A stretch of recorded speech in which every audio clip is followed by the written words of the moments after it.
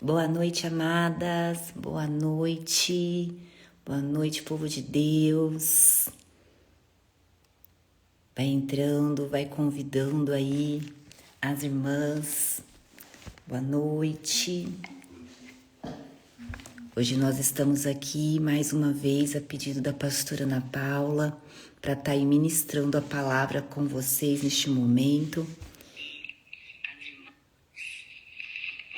Boa noite. Vai chamando aí as suas amigas, vai mandando para aquela pessoa que precisa ouvir uma palavra nessa noite. Nós vamos dar aqui continuidade ao nosso propósito. Hoje, o 11º dia no secreto com o Senhor.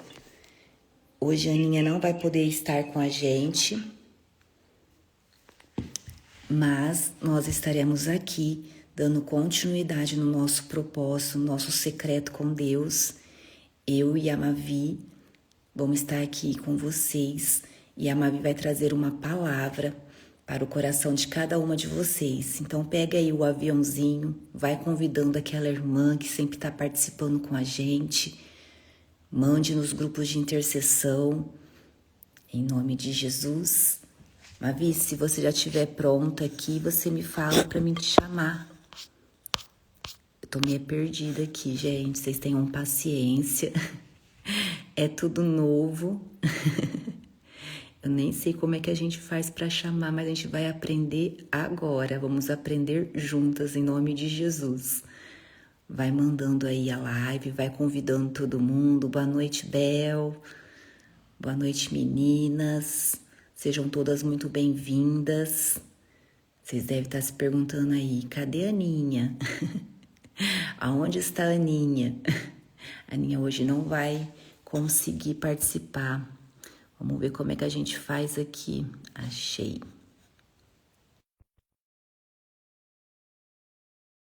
Para você, Mavi, eu não sei como é que faz, se eu tenho que te mandar o convite ou é você que me manda. Aí acho que vai dar certo. Boa noite. Boa noite. Tchau, tchau. Deu certo. Eu esqueci de limpar minha câmera. Peraí, tá bom? Tá bom. Eu acho que eu não vou conseguir colocar filtro. Suportem minha cara. Também tô de Tá olho aqui no linda. Meet. Tô de olho aqui no Meet que as meninas estão entrando, tá bom? Sim. Então, assim, é isso, gente. Boa noite para todas. Como Boa vocês noite, amada. estão? Boa noite. Estamos aqui. Então, eu até pedi desculpa aqui para as meninas do Meet se eu não conseguir dar muita atenção, porque, né? Vamos lá. Que eu tô aceitando aqui quem tá entrando e tô É, falando eu com não você. consigo entrar porque eu só tenho logado nesse celular a intercessão. No do meu Não, marido. fica tranquila. Eu tô com o notebook aqui e aí eu tô meio que conseguindo dividir a atenção. Vai, treina as crianças, agora chegou minha vez de treinar. Amém. Em nome de Jesus, estamos aqui nesse propósito, né? Cobrindo umas às outras. É o que a gente tem falado, né? Entre nós, que essa cobertura tem sido muito importante. Porque é um lugar onde cada uma entende quem é em Deus, né? Isso é muito bom e saudável. E a gente tem feito esse muro de fogo, então não existem brechas entre nós. E é por isso que a gente tem visto os propósitos, eles fluírem na presença do Senhor, permitindo que Ele seja Deus no nosso meio, né? Então, que a graça do Pai seja derramada sobre nós. E a palavra que eu vou trazer aqui hoje, ela é uma palavra que ela me confronta, né? Eu estava ouvindo hoje cedo a ministração da Aninha de ontem, e ela falando sobre Ezequiel, sobre comportamento, né? De como nós devemos ser. E o pastor também ministrou sobre a sabedoria no domingo, como ela está ligada ao nosso comportamento, à nossa forma como a gente lida com as pessoas e principalmente a prática da palavra, né? Então, a palavra que eu tenho aqui hoje para compartilhar de uma forma breve com vocês está em Mateus 16, vai do 21 até mais ou menos assim, vamos ver onde o Espírito Santo vai levar, mas até o 27, vamos dizer assim. E a tradução que eu tenho, ela é um pouco diferente, porque esse ano eu gosto de devocionais, né? Ah, glória a Deus! A Eliana entrou no Meet. então eu vou conseguir focar só aqui. Aleluia, obrigada, Jesus. É por isso que não tá mais aparecendo notificação de quem tá entrando. Então, gente, só aqui com vocês, bora lá. E a tradução que eu tenho, ela é diferente, porque eu gosto muito de fazer devocionais, né? Os devocionais, eles me... Como é que eu posso dizer?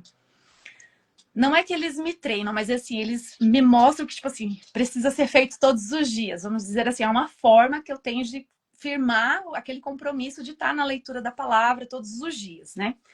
E esse ano, e eu sempre oro perguntando para Deus qual vai ser o devocional que eu vou ler, né? Quando foi o ano passado, eu falei assim, Senhor, qual devocional que eu vou ler? Eu sei que tem o Bênçãos, né? Que o Bênçãos é um devocional para cada estação. Tem também a mensagem que o missionário posta diariamente, né? Que ali também é um devocional.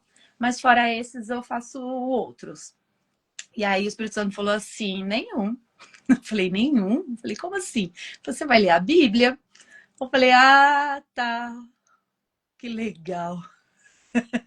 Por onde eu começo? Porque planos de leitura bíblica, não sei vocês, mas assim, meu Deus, para mim eu olho e falo, Senhor, é muita coisa.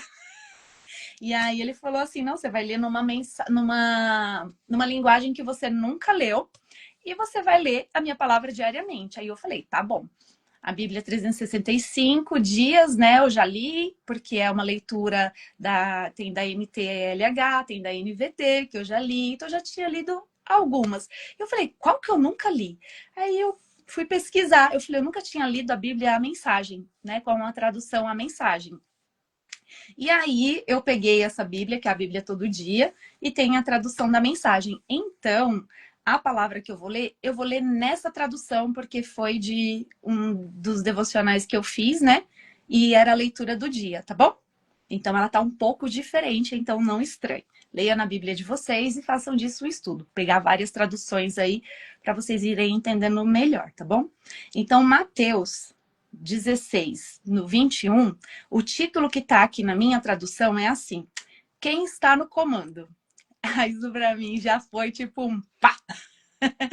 Quem está no comando? Porque a gente fala muito que a gente coloca Deus no centro, Deus é o nosso comandante, Deus ele tá sempre ali fazendo, mas no final das contas a gente tá, eu pelo menos, né? Vou tirar o agente, vou me colocar nesse lugar, porque senão parece que eu tô acusando alguém.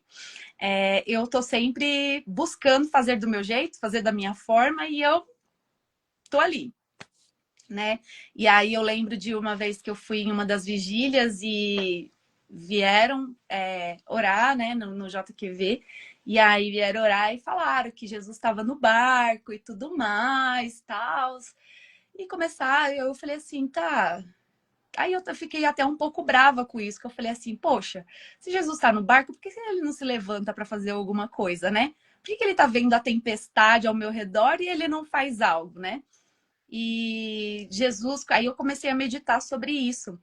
E aí Jesus ali na proa do barco, tempestade vinha, ele estava dormindo. E os discípulos foram lá desesperados e acordaram a Jesus, né? Mas Jesus ele foi acordado e ele falou, né? Ele repreendeu ali e tudo mais. E a meditação que me veio é que, poxa, se o meu Senhor ele tá ali na proa do barco, ele tá dormindo, ele tá no controle. Só que ele tá tanto no controle, tá tanto numa paz de que tá tudo bem, de que tudo vai ficar bem, que ele foi dormir. Porque eu tenho que me desesperar e ficar perturbando o mestre. Porque eu não acho um lugar ali aos pés dele para deitar e dormir junto, né? Então, quando fala assim, quem está no comando, eu lembro dessa reflexão que eu fiz quando eu recebi essa oração no momento de dificuldade da minha vida. Eu falei assim, quem está no comando? Eu falo, Jesus, mas ele está dormindo, cara! O cenário tá, uou! E ele dormindo. Então, que venhamos desse momento lembrar que ele ainda está no controle e que sim, se ele está dormindo, é porque tudo vai bem. É porque não devemos olhar as circunstâncias. Lembrar de Pedro, que ele estava andando sobre as águas e quando ele olhou as circunstâncias, o que aconteceu com o nosso querido discípulo? Ele afundou, né? Então, vamos lá. Mateus 16, 21. Diz assim, Jesus deixou claro aos discípulos que precisava ir a Jerusalém, Ali haveria de sofrer nas mãos dos líderes do povo, dos sacerdotes e dos líderes religiosos, e seria morto, mas no terceiro dia iria ressuscitar. Pedro segurou-lhe o braço, protestando: Impossível, mestre, não pode ser. Jesus, porém, ficou firme e disse: Pedro, saia do meu caminho. Fora, Satanás. Você não tem ideia de como Deus trabalha. No 23. Jesus, porém, ficou firme. Pedro, saia do meu caminho. Fora, Satanás. Você não tem ideia de como Deus trabalha. Eu acho que é muita gente também, né? No momento assim de dificuldade, que você olha assim para Jesus e você fala, cara, ele tá pertinho e nada de ruim vai acontecer. É impossível. Mas é como o Senhor aqui ficou firme e disse, você não imagina como Deus trabalha. Então, assim, dos processos que a gente tem passado, muitas das coisas que acontecem com a gente é sobre isso. É sobre a gente não ter ideia de como Deus trabalha. E o trabalhar dele é diferente daquilo que a gente pode imaginar, daquilo que a gente pode mensurar. É você achar que você vai alcançar a bênção de uma forma suave, sutil, né? Só que não dá para ser assim. Porque muitas lutas que a gente passa, quando você chega no final e você acredita na palavra, você acredita, você se mantém firme na presença do Senhor, você enxerga o quê? Que você, no final das contas, não recebeu somente a bênção, você ficou mais forte, você ficou mais firme, você ficou mais crédula, né? A sua fé foi fortalecida nesse processo. Então, quando eu li essa parte que você não tem ideia de como Deus trabalha, é muita essa parte. E no 24 até o 26 diz assim: Então Jesus orientou os discípulos: Quem quiser seguir-me tem de aceitar minha liderança. Quem está na garupa não pega as rédeas. Ai, gente, eu amei essa tradução, porque, tipo assim, quem está na garupa não pega as rédeas. E é como quem está dirigindo, né? Eu não sei se vocês andam assim no banco do lado do motorista e vocês ficam, cuidado, cuida sei o quê. Vai devagar, vai na curva, é ali, entra aqui e tal.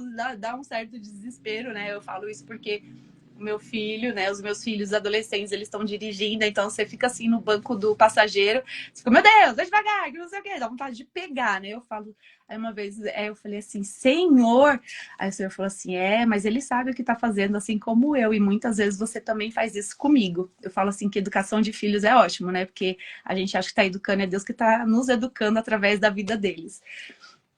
Então, é muito você entender quem está no controle, quem está no volante. Então, quem está na garupa não pega as rédeas. E aí ele continua: Eu estou no comando, não fujam do sofrimento. E aí eu lembrei dessa parte aqui quando a Aninha disse assim: engole o choro, né? Eu não gosto dessa expressão de engolir o choro, porque por conta da minha profissão, eu entendo que as emoções, elas não precisam ser reprimidas, né? Elas precisam ser elaboradas. Mas o engolir o choro, quando a Aninha fala, ela está dizendo o seguinte: esse não é o momento de você chorar. Esse não é o momento de você espernear. Esse é o momento de você enfrentar, de você seguir reto, firme, como o Senhor disse aqui, né? Vai firme na palavra que eu te dei, porque eu tenho certeza que se tem uma coisa que o Senhor tem liberado para todos que têm buscado, é uma direção, é uma palavra. Só que talvez não seja aquela palavra, não seja aquela direção que a gente queira. Por quê? Porque vai chegar o tempo de que a gente vai ter que colocar a mão na massa, né? A gente vai ter que fazer. Como a pia de louça suja, a gente já deu várias vezes esse exemplo, principalmente na época do frio. Ela tá lá. Não vai adiantar você olhar e reclamar. Você vai ter que lavar, você vai ter que botar a mão na água fria e você ainda vai ter que agradecer. Porque se tem louça suja, é porque teve comida. Se tem muita louça suja, é porque teve muita gente para partilhar de um momento gostoso com você. Mas onde estão os nossos olhos? Onde está o nosso coração nesses momentos, né? Para poder entender esses processos e não fugir do sofrimento. E não fugir do sofrimento. Não vai ter como. Vamos ter que enfrentar. Vai ter um momento que vai dar vontade de chorar? Olha a situação. É o momento de chorar? Eu lembro de José. Lembrei de José. José chegou um momento, né, que ele se deparou ali com todos os irmãos e os servos de José também estavam naquele momento, né, que eles se reuniram ali na sala. E José, quando ele olhou para os irmãos, olhou para o Benjamim, ele sentiu muita vontade de chorar. E o que que José fez? Ele foi até o banheiro e deixa eu ver se eu acho aqui essa passagem assim que eu acho que tá em Gênesis 45, deixa eu ver, que fala que José, ele chorava alto. Ele chorava alto porque ele sentia, na verdade, uma dor muito grande por conta de toda a emoção, de tudo aquilo que ele viveu ali naquele momento, né? Então, ele emocionado ali, ele não chorou na frente dos irmãos, ele Mateus 16, 21, isso mesmo, a Aninha tá aí. Ah, não, é a Laísa. Aí eu, sai de minha distração. E aí, José, naquele momento que ele sentiu aquela dor, mesmo ele sabendo que ele eram os irmãos dele, por tudo que ele tinha passado, ele sentiu o quê naquele momento? Uma forte vontade de chorar, porque, cara, o processo de José não foi leve. Foi pesado, ele foi esmagado, né? Ele sofreu ali, muita questão de abandono, de rejeição. Então, ele se deparar ali com os irmãos dele, com certeza foi uma enxurrada que veio na mente e no coração dele. Mas ele lembrou que há momentos em que a gente não vai poder mostrar nossa vulnerabilidade, né? Nós teremos os momentos, sim, de ser vulneráveis, teremos, sim, os momentos de rasgar o nosso coração, mas a gente precisa entender os ambientes e as situações. Porque a palavra do Senhor diz que se te mostrares frouxo no dia da sua angústia, sua fé será pouca, será pequena. Então, assim, esse é o momento de eu chorar, esse é o momento de eu espernear, esse é o momento até às vezes de eu ficar brava com Deus por tudo que eu tô passando. Então, observar, José, ele fez isso, ele olhou aquela situação, ele observou e o que que ele fez? Ele se retirou daquele ambiente, ele chorou copiosamente, lavou o seu rosto e depois ele voltou. E ele não chorou na frente dos seus servos, né? Depois que os servos saíram, ele foi ali e se emocionou junto com seus irmãos. Então, quando a Aninha fala assim, engole o choro, ela está dizendo isso. Olha a situação que está ao seu redor. No momento de uma batalha, no momento de uma guerra, você não vai conseguir fazer o quê? Parar para chorar. Porque ali, se você parar para chorar, você